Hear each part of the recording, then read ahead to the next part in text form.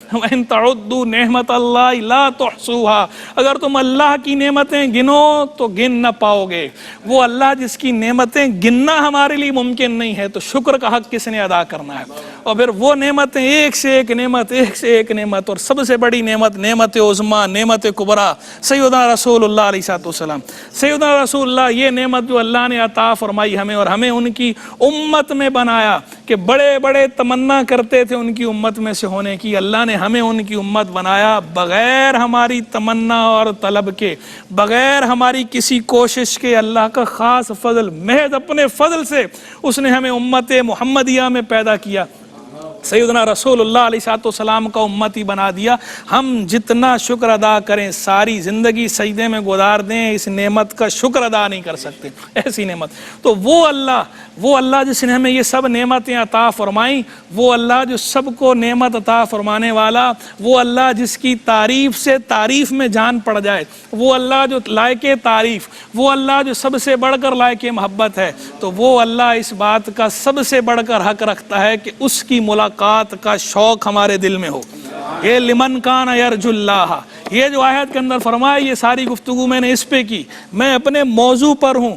موضوع آیت ہے، آیت کے اندر لمن کان یرجو اللہ، وہ جو اللہ سے ملنے کی امید رکھتا ہو۔ تو اللہ سے ملنے کی امید ہمارے دل میں ہونی چاہیے، یہ جوت ہمارے دل میں جاگنی چاہیے۔ اللہ محبت کا مستحق ہے سب سے بڑھ کر، اللہ اس بات کا سب سے بڑھ کر حق رکھتا ہے کہ ہم اللہ کی یاد میں تڑپیں، ہم اللہ کی یاد میں پھڑکیں، ہم اللہ کی یاد میں گریہ و زاری کریں، کہ انبیاء اور رسول علیہم السلام اللہ کی یاد میں روتے تھے۔ سیدنا رسول اللہ علیہ السلام، سیدنا رسول اللہ جن کا اسوہ حسنہ قرار دیا جا رہا ہے، آپ احادیث اٹھائیے، باقاعدہ مستند احادیث میں، ضعیف نہیں، مستند احادیث کے اندر یہ بات موجود ہے کہ سیدنا رسول اللہ علیہ السلام کے قلب اقدس سے بعض اوقات اس طرح آواز آتی تھی جیسے ہانڈی پک رہی ہو، جوش مارتی ہے تو جو آواز آتی ہے، یہ آواز آتی تھی۔ اور کیفیت کیا بیان ہوئی حدیث کے اندر؟ کس سے؟ فرمایا خوف خدا سے، خوف خدا سے، اللہ کے خوف سے۔ سیدنا رسول اللہ علیہ السلام کی کیفیت بعض اوقات ایسی ہوتی تھی کہ آپ کے مبارک سینے سے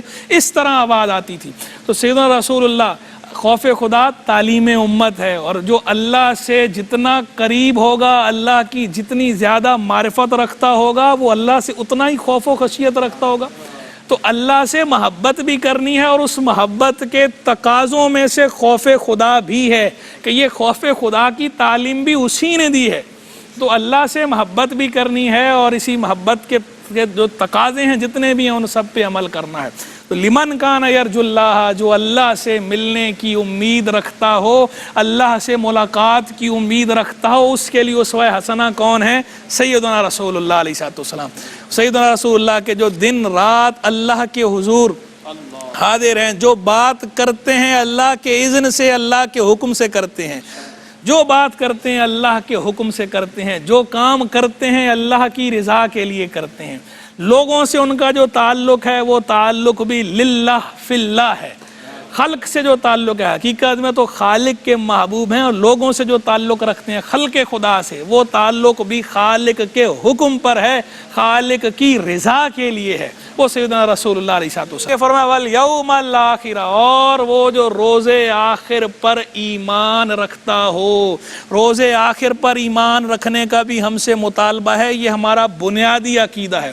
جو ہمارے بنیادی عقائد ہیں، جب علم العقیدہ والکلام کی کتابیں اگر آپ اٹھائیں گے تو اسے 3 حصوں میں ڈیوائیڈ کیا جاتا ہے۔ پہلا حصہ اس کا الہیات، اللہ تبارک و تعالیٰ کی ذات سے متعلق عقائد ہوتے ہیں، اس کے اندر بیان ہوتے ہیں کیا چیز اللہ کے حق میں واجب ہے، کیا چیز اللہ کے حق میں محال ہے، ناممکن امپاسبل، کیا چیز اللہ کے حق میں ممکن ہے، اس کا ہمیں جاننا ضروری ہے۔ تو وہ پہلے جو الہیات کا مبحث ہے اس کے اندر یہ ساری باتیں بیان ہوتی ہیں۔ دوسرا مبحث کہلاتا ہے نبوات، اس کے اندر ان باتوں کا بیان ہوتا ہے کہ کیا چیزیں انبیاء اور رسول علیہ السلام کے حق میں واجب ہیں، کیا چیزیں انبیاء اور رسول علیہ السلام کے حق میں محال ہیں، ناممکن امپاسبل، واجب سے مراد ضروری، اور کیا چیزیں سیدنا رسول اللہ علیہ السلام اور دیگر انبیاء اور رسول جتنے بھی ہیں ان کے حق میں ممکن ہیں۔ اس کا بیان ہوتا ہے نبوات کے مبحث میں۔ یہ ہم جو ہے وہ ہمارے لیے یہ جاننا بھی ضروری ہے بطور مسلمان۔ تیسرا جو مبحث ہے وہ مبحث کہلاتا ہے سمعیات کا. اسے سمعیات بھی کہتے ہیں اور غیبیات بھی کہتے ہیں کہ موت کے بعد ما بعد الموت جو معاملات ہیں ان کا بیان اس کے اندر ہوتا ہے. تو اس کے اندر سب سے پہلے تو قیامت کی بات ہے, روز آخر کی بات ہے, ڈومز ڈے کی بات ہے. سب سے زیادہ زور اسی پر ہے. اور آپ دیکھیں اگر آپ قرآن مجید فرقان حمید کو اٹھائیں گے تو قرآن مجید میں جا بجا آپ کو اس کا بیان نظر آئے گا کہ اللہ پر ایمان کی بات ہوگی, اس کے بعد آگے روز آخرت پر ایمان کی بات ہوگی. اس کی اہمیت کا, اس کی سگنیفیکنس کا اندازہ یہاں سے لگائیں. روز آخرت کی اہمیت ایسی ہے اور یہ عقیدہ ہمارا بنیادی عقیدہ ایسا ہے. قرآن میں سب سے زیادہ زور جہاں اللہ پر ایمان کا ہے, اس کے بعد آپ دیکھیں کئی آیات کے اندر آپ کو نظر آئے گا کہ اللہ پر ایمان کی بات ہوگی, اس کے ساتھ آگے روز آخر پر ایمان کی بات ہوگی. اور یہی معاملہ آپ کو حدیث طیبہ میں نظر آئے گا. اور اس آیت کے اندر بھی آپ دیکھیں ایسا ہی ہے, لمن کان یرجو اللہ والیوم الاخرہ. پہلے اللہ سے ملاقات کی بات کی, اللہ سے ملاقات کی امید کی بات کی, اور آگے فرمایا والیوم الاخر, اور جو روز آخرت پر ایمان رکھتا ہو, روز آخرت کی امید رکھتا ہو, تو روز آخر پر عقیدہ بندے کا مضبوط ہونا چاہیے اور شعوری طور پر استحضار ہونا چاہیے. ایک ہے معلوم ہونا, معلوم سب کو ہے, لیکن شعوری استحضار نہ ہونے کی وجہ سے ہم گناہوں میں پڑتے ہیں, ہم خطاؤں میں پڑتے ہیں. جس بندے کو شعوری استحضار ہوگا کبھی وہ غلط کام کرے گا ہی نہیں. وذکر اللہ کثیرا, اور اللہ کا کثرت سے ذکر کرنے والا.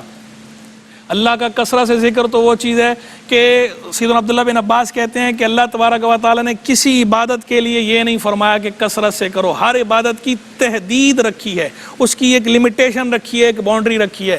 واحد ذکر وہ ہے جس کے لیے فرمایا یا ایھا الذین آمنوا اذکروا اللہ ذکرا کثیرا, اے ایمان والو اللہ کا ذکر کثرت سے کرو. تو یہ وہ ہے, اس کا ہم سے حکم ہے. اللہ نے یہ فرمایا کہ اللہ کا ذکر کثرت سے کرنا ہے. تو یہاں ہی بتایا کہ یہ بہترین نمونہ کس کے لیے, اللہ سے ملاقات کی امید رکھنے والا, روز آخرت پر ایمان رکھنے والا اور اللہ کا کثرت سے ذکر کرنے والا. اس کے لیے سب سے بڑا نمونہ کون ہے؟ اب آئیے اس کے کنکلوژن کی طرف کہ سیدنا رسول اللہ علیہ السلام وہ اسوہ حسنہ ہیں, وہ اسوہ حسنہ ہے, ہر چیز میں اسوہ حسنہ ہے. دنیا کا معاملہ ہو یا دین کا معاملہ ہو, سب میں اسوہ حسنہ کون ہے؟ سیدنا رسول اللہ علیہ السلام. اخلاقیات کا معاملہ ہو یا معاملات کا معاملہ ہو یا عبادات کا معاملہ ہو یا سماجیات کا معاملہ ہو, ہر چیز میں اسوہ حسنہ سیدنا رسول اللہ علیہ السلام ہے. کوئی حکمران ہو تو اس کے لیے بھی اسوہ حسنہ سیدنا رسول اللہ علیہ السلام ہے. کوئی ایسا بندہ کہ جو فاقہ مست ہے اس کے لیے بھی اسوہ حسنہ سیدنا رسول اللہ علیہ السلام ہے. وہ بندہ کہ جو باپ ہے اس کے لیے بھی اسوہ حسنہ سیدنا رسول اللہ ہے. جو اولاد ہے اس کے لیے بھی اسوہ حسنہ سیدنا رسول اللہ ہے. جو تاجر ہے اس کے لیے بھی اسوہ حسنہ سیدنا رسول اللہ ہے. جو حکمران ہے اس کے لیے بھی اسوہ حسنہ سیدنا رسول اللہ ہے. اور جو حقیقی سیاست اعلیٰ اخلاقی اصولوں پر مبنی سیاست کرنے والا ہو اس کے لیے بھی اسوہ حسنہ سیدنا رسول اللہ علیہ السلام ہے. جو عبادت کرنے والا ہے اس کے لیے بھی اسوہ حسنہ سیدنا رسول اللہ ہے. سیدنا رسول اللہ علیہ السلام ہر معاملے میں اسوہ حسنہ ہیں, رول ماڈل ہیں. رول ماڈل کس کو بنانا ہے؟ لوگ آئیڈیل بناتے ہیں, فلاں ہمارا آئیڈیل ہے, فلاں ہمارا آئیڈیل ہے. ہمارا آئیڈیل کون ہے؟ قرآن میں بتا دیا کہ آئیڈیل کس کو بنانا ہے, آئیڈیل سیدنا رسول اللہ کو بنانا ہے. سارے جو آئیڈیلز ہیں ان سب کی آئیڈیل یہی ہیں, سب انہی کی محبت کا دم بھرنے والے, سب ان کے غلام ہیں. یہ سب پیروں کے پیر یہی ہیں. مرشد اعظم سیدنا رسول اللہ علیہ السلام کا ایک لقب ہے, آپ کے جو القاب ہیں ان میں سے ایک لقب ہے مرشد اعظم, سب سے بڑے مرشد, سب سے بڑے پیر. تو سارے پیروں کے پیر ہیں اور سارے نبیوں کے نبی, نبی الانبیاء بھی آپ کا نام ہے, آپ کا صفاتی نام ہے انبیاء کے نبی. نبیوں کے سردار, رسولوں کے سردار, پیروں کے سردار, جتنے کامل لوگ دنیا میں آئے ہیں سب اصحاب کمال کے سردار, سرور و سردار سیدنا رسول اللہ علیہ السلام.